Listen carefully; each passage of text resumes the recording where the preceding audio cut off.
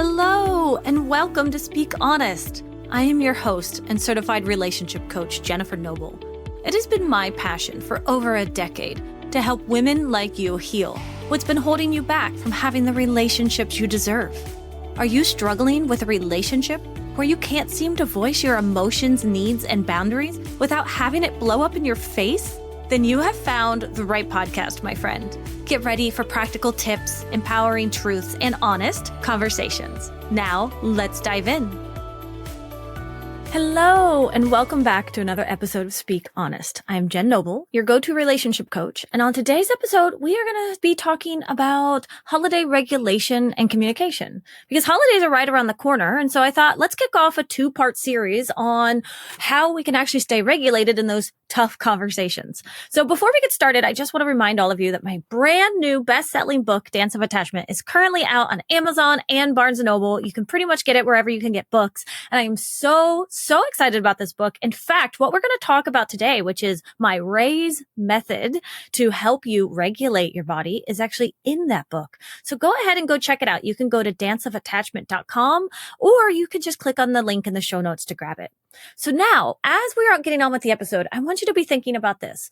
When was the last time you walked into your Thanksgiving dinner and you just could not handle the conversation happening around the table? I know what that is like for you to just feel like, oh my gosh, why can't Aunt Sally just shut her damn mouth already? But the thing is the best thing that we have is ourselves, right? We can't control other people. We can only control ourselves. So I want you to be thinking about that as we go on with today's episode. I want you to think of this episode like your pre-holiday emotional tune-up. What we're going to talk about today is we're going to talk about how regulation actually works and why your body doesn't care that you've read 10 self-help books before you showed up to your family dinner. Then we're going to recognize the signs that you're activated, right? That moment where your body says, oh shit, we've been here before. And then I'm going to walk you through my RAISE method. This is my 5-step method to help you calm your nervous system, process your emotions, and respond with intention instead of reactivity. And by the end, you'll have a plan, one you can literally use at the Thanksgiving table if things start heating up. So let's start with what I mean when I say regulate. Regulation isn't about pretending to be calm or shoving down your feelings. It's about learning to ride the wave of activation so you can come back to center. See, in attachment language, when we feel triggered, like someone's criticizing us, or maybe they're ignoring us at the table, or, maybe Uncle Bob is really making us feel unseen because every time we speak up, he talks over us, our nervous system activates these old attachment wounds. That's when we go into our familiar stances. The anxious one starts to over-explain or seek reassurance. She starts being like, oh, no, what I really meant was this. And she can't stop until she gets heard. But also, if you're avoidant, you kind of shut down, right? So the avoidant one is going to shut down or get really icy or kind of start stonewalling, maybe cross their arms a little bit, get really angry. And the disorganized one, well, we're going to flip-flop between the both, right? We're going to be like, well, I want to be heard. And then you're not heard. So you shut down or you walk away, or worse, you get volatile. Maybe you flip your plate. Maybe you slam the door on your way out. These are all the ways that our attachment wounds affect our emotions. And none of this means that you're broken, of course. It just means that your body is trying to protect you. See, regulation is how we tell our bodies, hey, we've got this. We're safe now. Because until your body feels safe, your brain can't properly have a productive conversation. So it's not your fault that this is happening. You literally cannot problem solve when you're dysregulated. That's not how this works.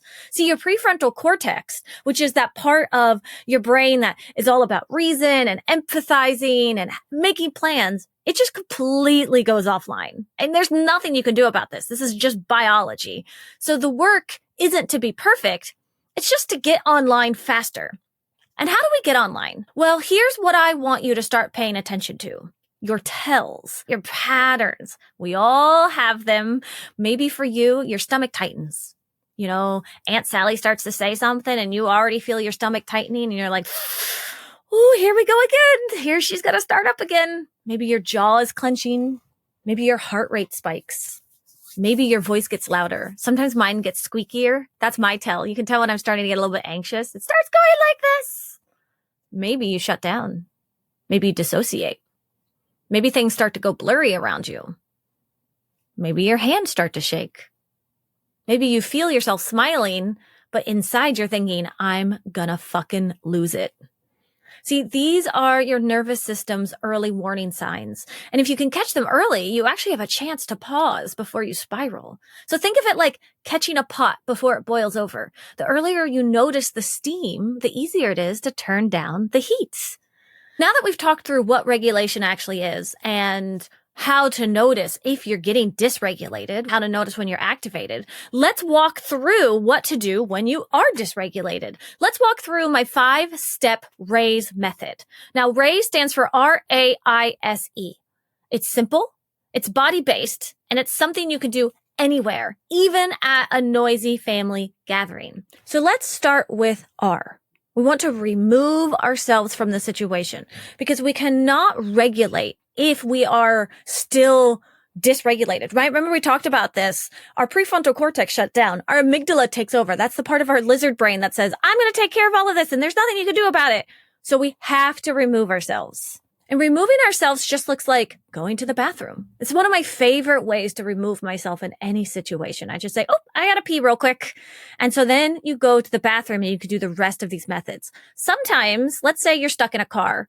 You're not able to actually remove yourself. Maybe you can ask, hey, I really have to go to the bathroom. Can we pull over? Before you say something you're going to regret to your husband because you guys are fighting on the way over to your parents' house, right? We don't want to do that. But also you can remove yourself by just kind of asking them, hey, can I have a minute?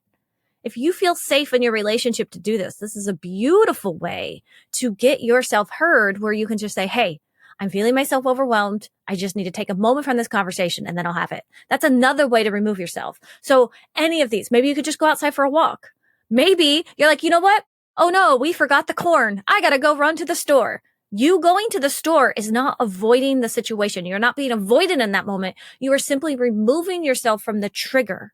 See how this works? This is okay to do. We have to remove ourselves from the trigger in order for our bodies to regulate, for them to calm down in order to have this conversation later on. So that's R, remove. Then once you've removed yourself, let's say you went to the bathroom. We're just going to talk about this in terms of going to the bathroom. It's my favorite place to go to regulate myself.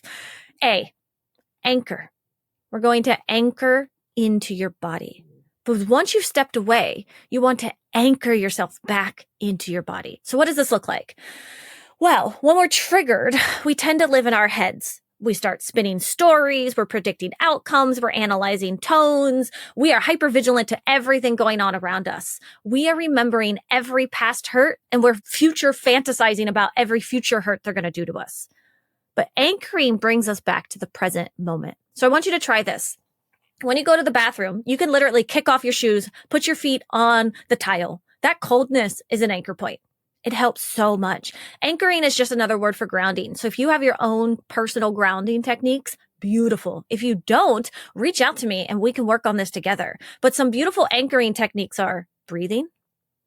Box breathing is a beautiful anchoring technique. Box breathing is when you breathe in for 4, hold for 4, exhale for 4, and then hold for 4. See how you make a box? There's also just noticing your breath. There is feeling your feet on the tile floor, like we talked about, feeling your weight in the chair, maybe even feeling, the coldness of the rim of the toilet around your butt. Let's get really real here. Maybe you just want to touch the toilet paper with your hand. See how we can regulate wherever we are? Maybe you're in the car. You're stuck in the car with your husband and you guys are fighting and you needed to remove yourself. So you asked for a break. Well, how are you going to anchor then? Maybe you can feel the vibrations of the car. Listen to the music being played. Maybe you can put your hands on your thighs and rub them back and forth to feel the texture of your jeans or your pants. This is all anchoring. This is you telling your nervous system, I'm here now and I'm safe. When you anchor, your body starts to shift out of fight or flight and into regulation. So this part is so important. Next, we're going to inquire. Okay. We're going to just inquire with curiosity about what's going on with our bodies. Hey, check in with it. Okay. What just got stirred up in me? Why am I so angry? What am I feeling right now? Where am I feeling it? If you're familiar with somatic experiencing, this is a perfect opportunity to start being like, okay, I feel a tightness in my stomach. I feel a shakiness in my hands. What emotions are underneath that? I'm angry. I'm frustrated. I'm scared. I'm exhausted. I'm overwhelmed. Let's get clear on the feelings that we're having. What does this remind you of? Oh, every past conversation you've had with Aunt Sally where she never listens to you. Maybe it reminds you of a really dark time in childhood when you got hurt and no one listened to you back then. And I know that's hard to hear. Trust me, I've been there. And at the same time, this is the part where we need to inquire. Now, we can't inquire if we're still dysregulated. That's why we have to remove ourselves and then anchor ourselves. So only once our nervous system is starting to calm down can we actually inquire, because inquiry takes part of your prefrontal cortex to get there. So again, if you're like, I can't even think right now, Jen, I can't get curious, I'm so pissed off, then we need to go back to anchoring, girl. Don't worry about it. We all do it. So anchor. Once you're grounded, once your breathing becomes regulated, check in with yourself. Maybe your dad cuts you off when you talk and instantly you feel that sting of, I don't matter. Oof, right? That's okay. We just want to inquire why this is happening. And this is just about being able to understand what's going on in our bodies. Because when you meet pain with curiosity instead of judgment, you start to reclaim your power. Isn't that amazing? So we've done R, so we're going to remove ourselves. So let's say you're sitting on the toilet. Okay, you've gone to the toilet.